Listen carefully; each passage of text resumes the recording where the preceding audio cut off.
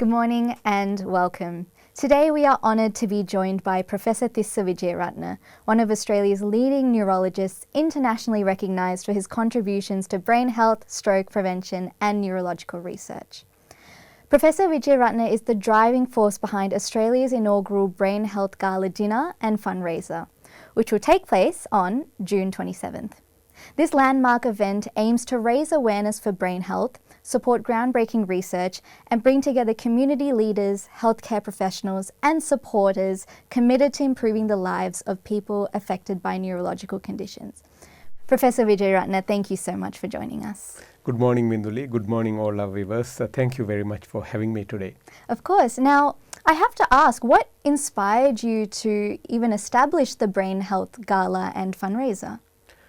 Years back, when I became a neurologist or became a specialist looking after people with brain disorders, and when I started doing research with other colleagues, we did realize that brain disorders impact a broader component of community.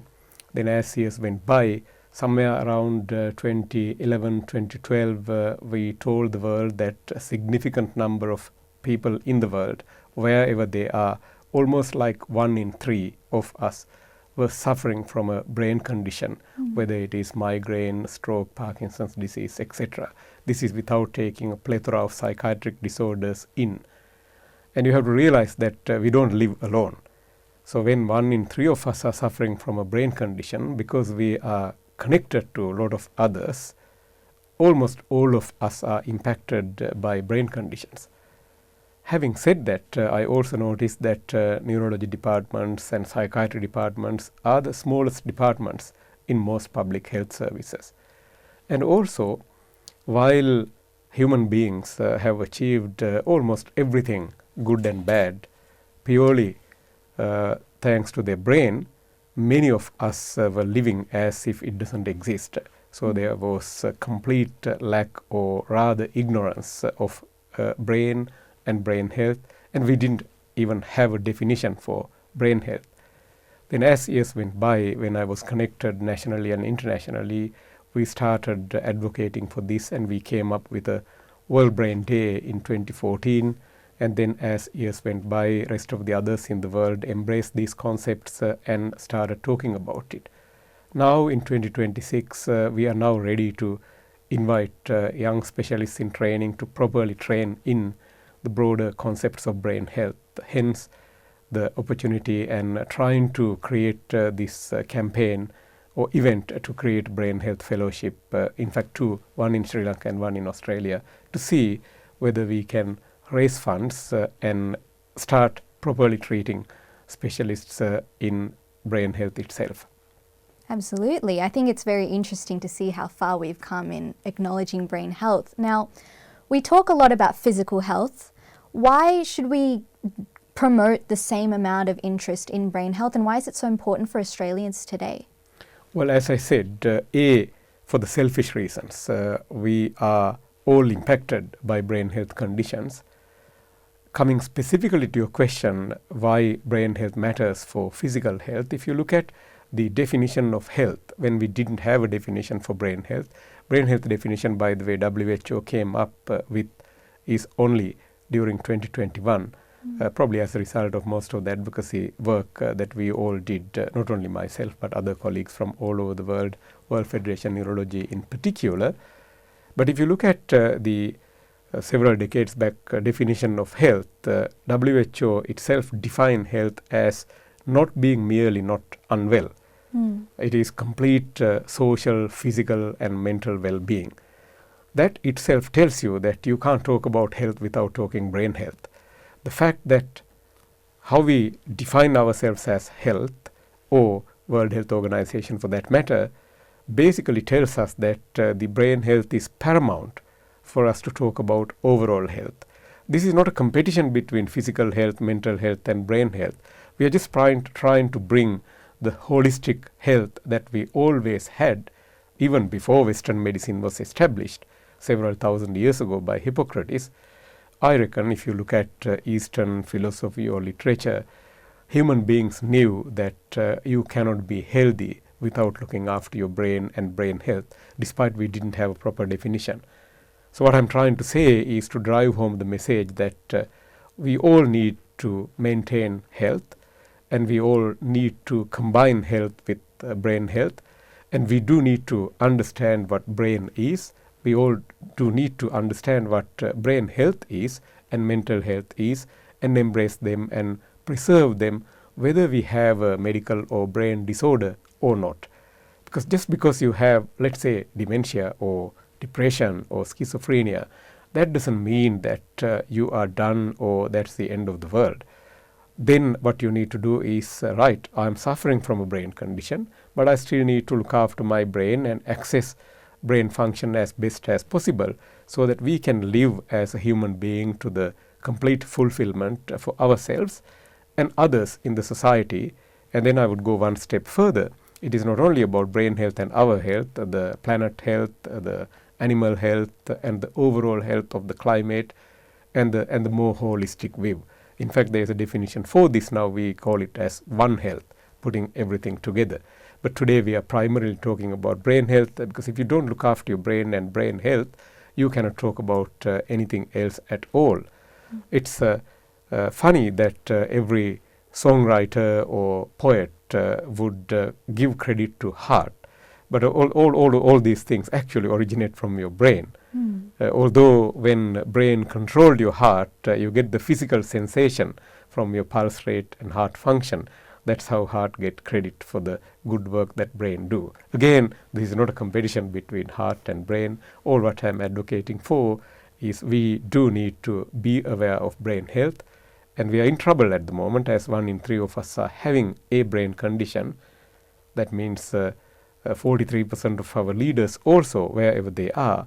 So we do need to be aware of that and learn how to protect it. And throughout the life course, before someone get pregnant, they need to know about brain and how to give birth to a brain healthy, or you do everything that you can do to create that health as best as possible. And then as we are children, and then as we grow older, teenagers, then younger age, and as we get older also, whether you have a brain condition or not, you still need to protect your brain and brain function and get the best out of that.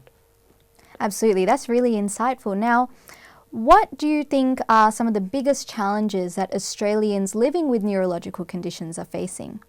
I think one of the main problems, not only Australians but all over the world, is access to everything. Access to care, access to proper knowledge, and access to services, access to rehabilitation. Australia is a great nation. Of course, we have exceptionally high-level health system. Yet, with the enormous number of people that we have to deal with brain conditions, about 6 million migraine and many millions of stroke, dementia, Parkinson's disease, multiple sclerosis, the list go on and on and on. There are more than 400 neurological conditions. And then if you bring psychiatric conditions also, anxiety, depression, ADHD, ADD, the lot, then the number of Australians who suffer from these conditions are enormous. But one of the major barrier for them is access to high quality specialists, access to primary care, and access to services, and access to rehabilitation, and access to right knowledge.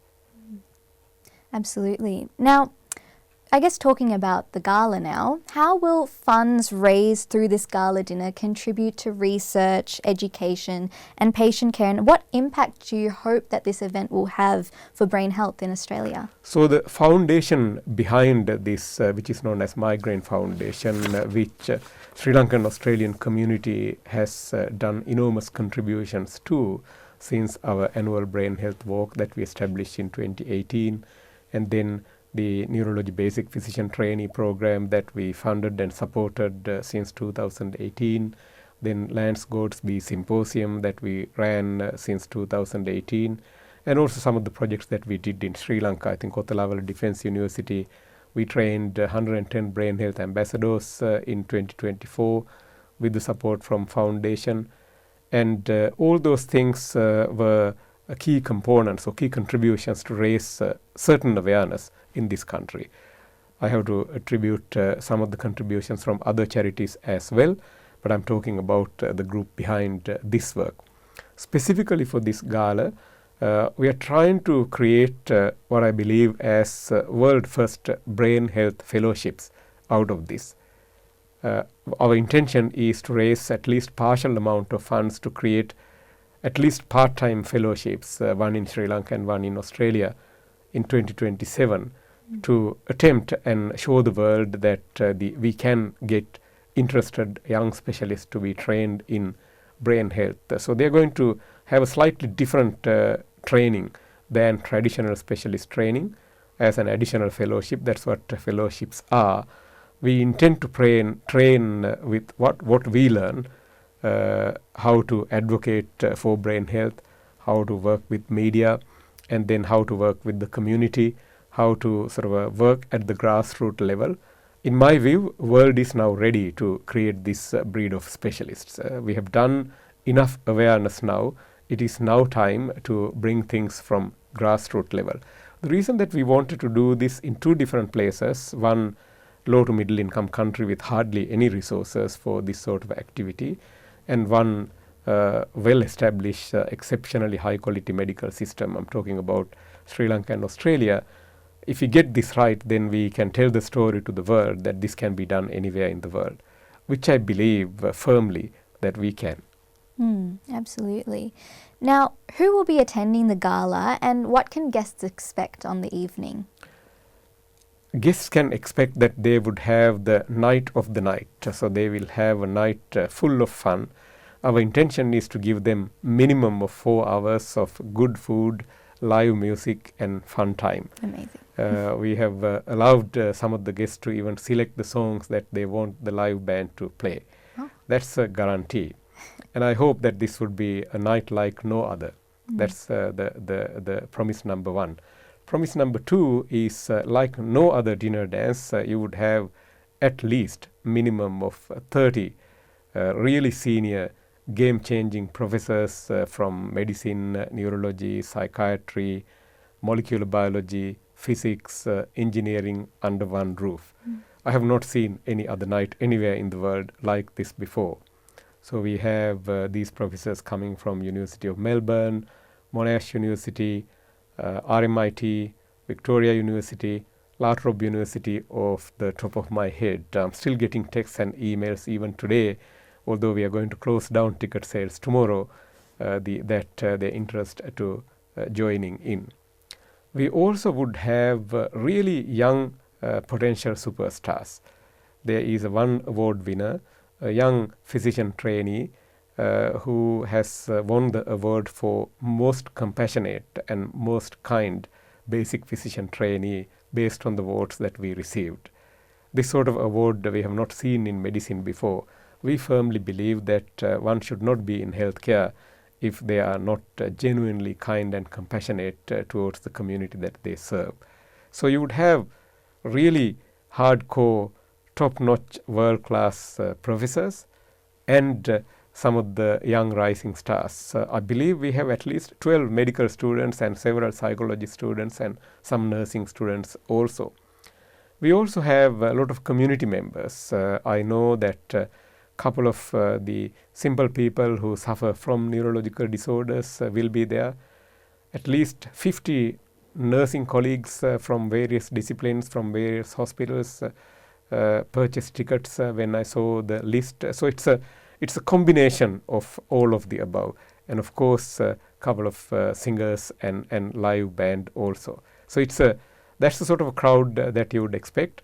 We are really honored to host the Australian Academy of Science president, Professor Sam Berkovic from Melbourne University, who is the father of telling the world that epilepsy is a genetic disorder, doing research, almost Nobel Prize winning stuff. He will be our guest of honor during the event. A couple of political leaders will be there from both main parties during that event.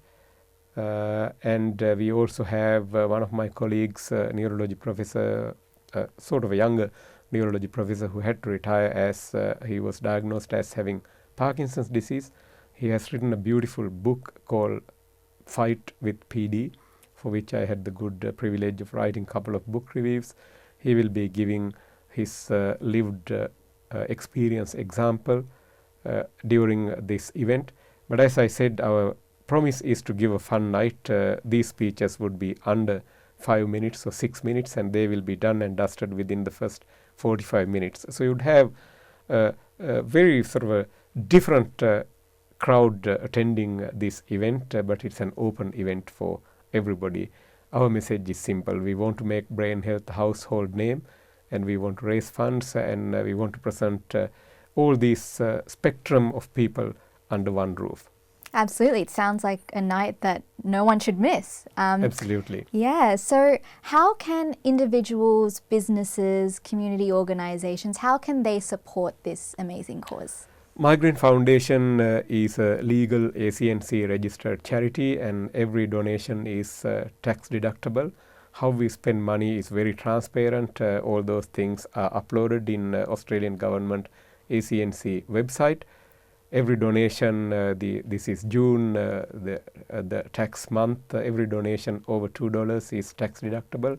So they could just go to our website and donate. But more importantly, I would invite all of them to participate in our activities. They can still purchase tickets for this amazing course and amazing event tomorrow, up until midnight tomorrow. And our annual Brain Health Walk this time would be held on 8th of November. That's the Sunday before the Melbourne Cup weekend. So they're most welcome to participate on that event, and they could donate also for that event and any other event.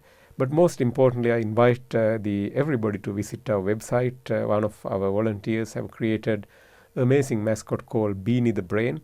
Beanie stands for growth in Filipino language, and Beanie has created a whole series of videos, very small video clips teaching about how brain works, how emotions work, and how to deal with good emotions, bad emotions, how to love your brain and how to protect your brain.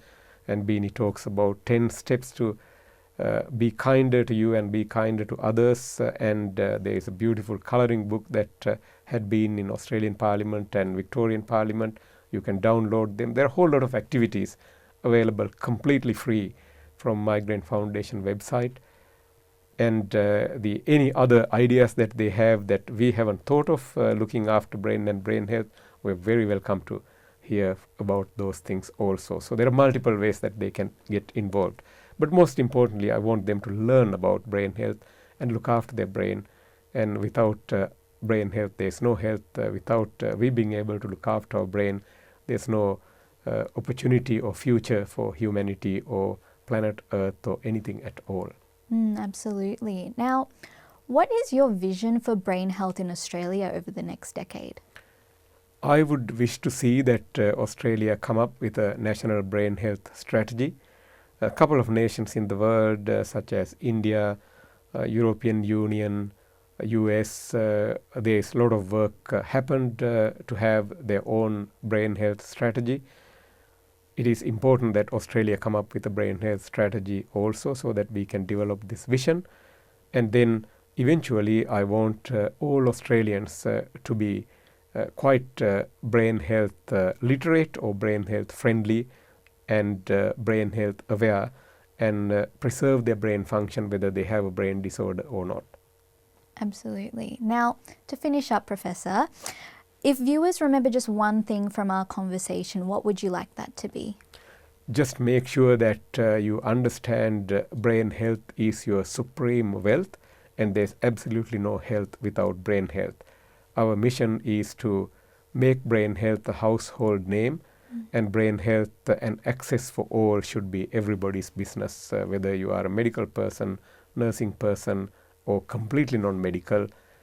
Humanity would only preserve when we are all aware of brain health, and when we all promote brain health and access for brain health for everyone at every suburb, leaving no suburbs behind.